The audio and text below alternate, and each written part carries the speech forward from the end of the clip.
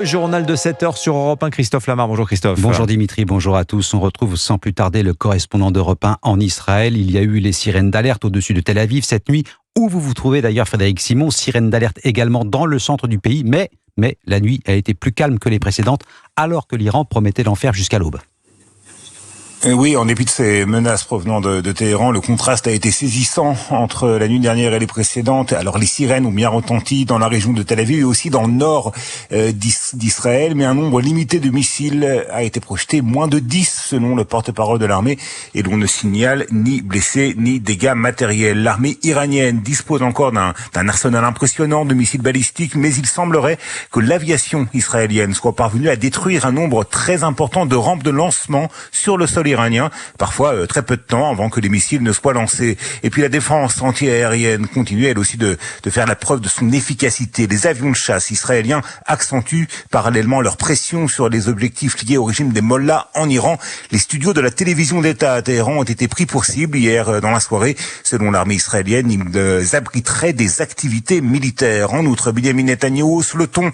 Dans un entretien accordé à la télévision américaine ABC, le Premier ministre israélien a affirmé qu'il n'excluait pas d'attenter à la vie du guide suprême du régime des mollahs, l'ayatollah Khamenei.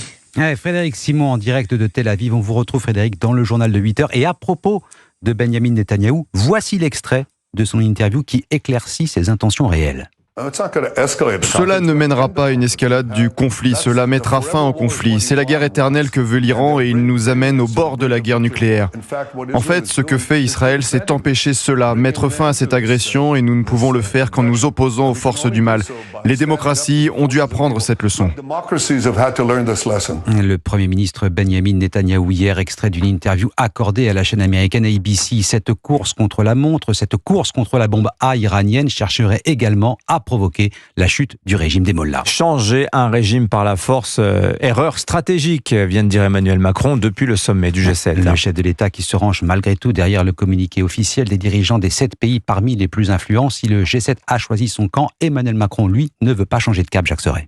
Oui, Emmanuel Macron défend sa position et martèle ce message auprès des autres dirigeants. Il est absolument essentiel que toutes les frappes de part et d'autre qui se font contre des infrastructures énergétiques, administratives, culturelles et encore plus contre la population civile cessent. Rien ne les justifie, rien. Et elles sont, elles, absolument intolérables. Le chef de l'État estime que la chute du régime de Téhéran ne doit pas être un objectif pour Israël. Je pense que tous ceux qui croient qu'en frappant avec des bombes depuis l'extérieur, on sauve un pays malgré lui-même ou contre lui-même, se sont toujours trompés. Je pense que les peuples sont souverains, ils changent leurs dirigeants par eux-mêmes et que tous ceux qui ont voulu par le passé changer des régimes par des frappes ou des opérations militaires ont commis des erreurs stratégiques. Emmanuel Macron qui ne peut que constater le départ de Donald Trump.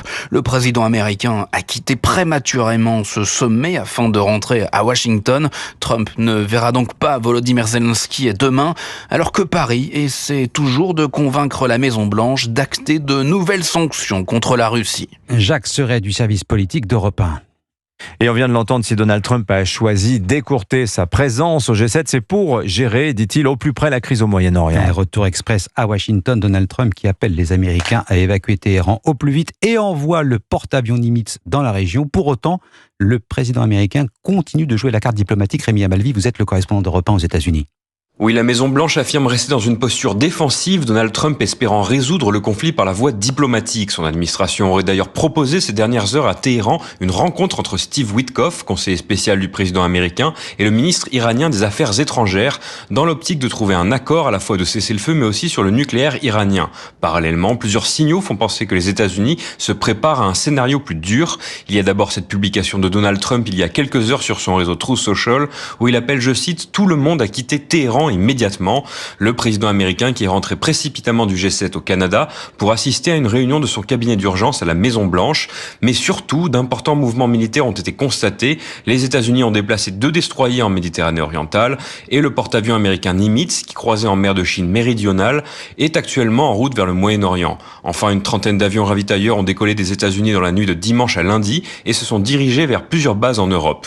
Et plusieurs bombardiers B-2 qui transportent des bombes capables d'atteindre les installations installations nucléaires iraniennes souterraines auraient été déployées sur la base de Diego Garcia dans l'océan Indien. Rémi Amalvi, correspondant d'Europe 1 aux États-Unis. Les Américains invités à fuir Téhéran. La Chine, de son côté, appelle ses ressortissants à quitter Israël sans tarder. Et signe des tensions dans la région, une société de surveillance britannique révèle un incident en mer d'Oman à quelques encablures du détroit d'Ormuz. Un passage stratégique, faut-il le rappeler, pour l'approvisionnement en pétrole et en gaz. Plusieurs navires non identifiés étaient en flammes, signature thermique détectée via les images satellites de la NASA. Israël soutenu donc par le G7 et par la population israélienne elle-même. Elle se dit prête à vivre sous les bombes pourvu que le régime iranien finisse par tomber. Soutien militaire sans faille, Théo Grévin. Oui, depuis vendredi dernier, les Israéliens vivent au rythme des sirènes d'alerte, des mises à l'abri, souvent plusieurs fois par jour. Sarah habite un kibboutz dans le sud du pays. Une fois, j'ai été dans un abri avec une famille, avec des jeunes enfants. Donc là, c'est terrible parce que t'as des petits bébés qui comprennent pas la situation. Ils pleurent, ils crient. Un quotidien totalement bouleversé. Et pourtant, la franco-israélienne venue s'installer en Israël 4 mois après les attaques du 7 octobre estime que son pays n'avait pas d'autre solution. Ça fait des années qu'on entend que l'Iran veut nous attaquer. C'était une intervention qui était nécessaire. Un avis partagé presque unanimement par ses proches, explique-t-elle, et ce malgré les ripostes qui causent pertes humaines et dégâts matériels. Pour Daniel Cohen, guide touristique à Tel Aviv, c'est le prix à payer pour garantir la paix en Israël dans les prochaines décennies. On est prêt à payer parce qu'on a compris, le nucléaire, c'était pour Israël. Donc on n'a pas le choix. Même si ça nous coûte 10 morts par jour, aujourd'hui, Israël, c'est sa guerre pour survivre dans la région à jamais. Et lui en est convaincu, cette unité de la nation derrière l'armée permettra un succès rapide de l'opération militaire. Théo Grévin. Et c'est une exclusivité européenne en plein débat sur l'avenir des niches fiscales. Voilà une étude qui va alimenter la polémique autour du crédit d'impôt pour l'emploi à domicile. Nounou, professeur particulier, femme de ménage ou encore jardinier, près d'une prestation sur 2 n'est pas déclarée. Conclusion de l'enquête annuelle Stop au travail au noir qu'Europe 1 vous révèle en exclusivité. Étonnant, alors que l'on peut bénéficier d'un crédit d'impôt pour ce type de prestation. 6 milliards de dépenses annuelles pour l'État. Tout de même, l'étude tombe pile au bon moment, Baptiste Morin.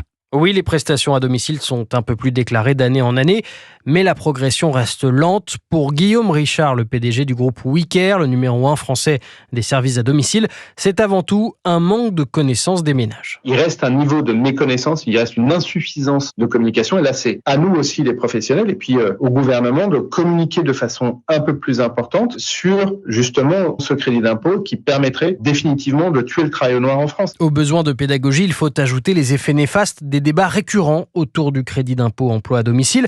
Depuis quelques semaines, le gouvernement a de nouveau émis l'idée de réduire son champ d'action, mais les conséquences seraient immédiates, prévient Mathieu Plane, économiste, directeur adjoint à l'OFCE. Si jamais il n'existait pas, le dispositif, on ne serait pas à 1 personne sur 2, mais peut-être à 80% des personnes. Si on réduit les aides, le risque est toujours de basculer vers une partie de travail non déclaré. D'après l'enquête Stop au travail au noir, 84% des Français auraient tendance à recourir au travail non déclaré en cas de réduction ou de suppression du crédit d'impôt. Baptiste Morin, chef du service économie d'Europe 1. Merci Christophe Lamar, c'était votre journal.